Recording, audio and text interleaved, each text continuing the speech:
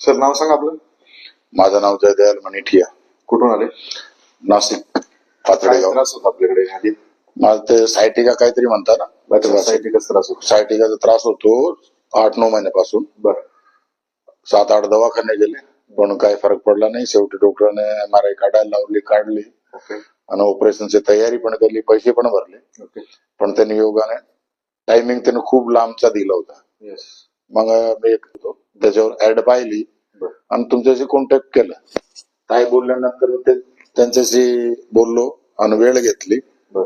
आणि तुमच्याशी पण चर्चा केली होती आणि आलो दुसऱ्या दिवशी. मला जसं तुम्ही ट्रीट केलं, मला 12 तासाच्या आतच जसं एक स्वप्न होतं माझा दुःखाचा असा हे अच्छा. त्रासाचा.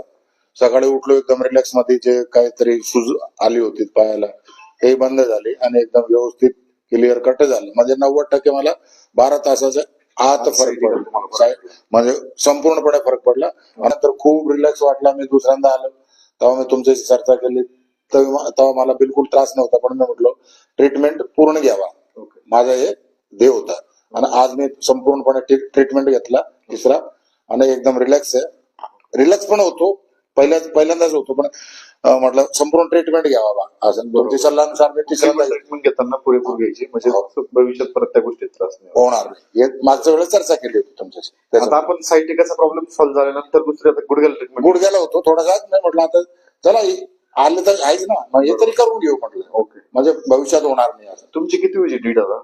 तिसरी विजिट. हो.